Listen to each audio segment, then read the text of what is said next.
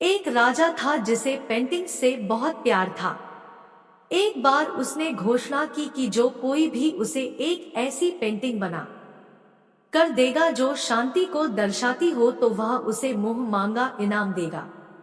क्या है शांत होने का असल मतलब? फैसले के दिन एक से बढ़कर एक चित्रकार इनाम जीतने की लालच में अपनी अपनी पेंटिंग्स लेकर राजा के महल पहुंचे। राजा ने एक एक करके सभी पेंटिंग्स देखी और उनमें से दो को अलग रखवा दिया। अब इन्हीं दोनों में से एक को इनाम के लिए चुना जाना था। पहली पेंटिंग एक अति सुंदर शांत झील की थी। उस झील का पानी इतना साफ था कि उसके अंदर की सतह तक नजर आ रही थी और उसके आसपास मौजूद हिमखंडों की छवि उस पर ऐसे उभर रही थी मानो कोई दर्पण रखा हो। ऊपर की ओर नीला आसमान था जिसमें रुई के गोलों के समान सफेद बादल तैर रहे थे। जो कोई भी इस पेंटिंग को देखता उसको यही लगता कि शांति को दर्शाने के लिए इससे अच्छी पेंटिंग हो ही नहीं सकती। दूसरी पेंटिंग में भी पहाड़ थे, पर वे बिल्कुल रूखे बेजान वीरान थे और इन पहाड़ों के ऊपर घने गरजते बादल थे जिनमें बिजलियां चमक रही थी। घनघोर वर्षा होने से नदी उफान पर थी। तेज हवाओं से पेड़ हिल रहे थे और पहाड़ी के एक ओर स्थित झरने ने रौद्र रूप धारण कर रखा था।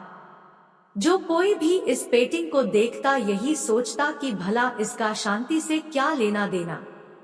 इस में तो बस अशांति ही अशांति है। सभी आश्वस्त थे कि पहली पेंटिंग बनाने वाले चित्रकार को ही इनाम मिलेगा। तभी राजा अपने सिंहासन से उठे और ऐलान किया कि दूसरी पेंटिंग बनाने वाले चित्रकार को वह मुंह मांगा इनाम देंगे। हर कोई आश्चर्य में था। पहले चित्रकार से रहा नहीं गया, वह बोला, लेकिन महाराज, उस पेंटिंग में ऐसा क्या है जो आपने उसे इनाम देने का फैसला लिया, जबकि हर कोई यही कह रहा है कि मेरी पेंटिंग ही शांति को दर्शाने के लिए सर्वश्रेष्ठ है। आओ मेरे साथ। राजा ने पहले चित्रकार को अपने साथ चलने के लिए कहा।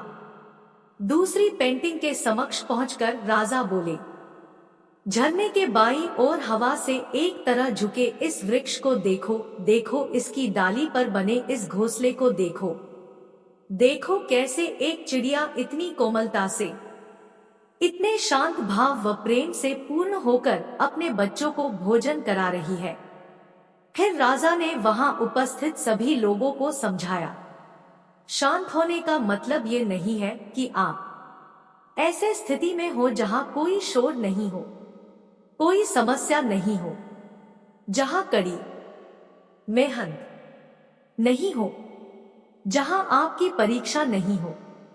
शांत होने का सही अर्थ है कि आप हर तरह की अव्यवस्था, अशांति, अराजकता के बीच हो और फिर भी आप शांत रहें, अपने काम पर केंद्रित रहें, अपने लक्ष्य की ओर अग्रसित रहें। अब सभी समझ चुके थे कि दूसरी पेंटिंग को राजा ने क्यों चुना है।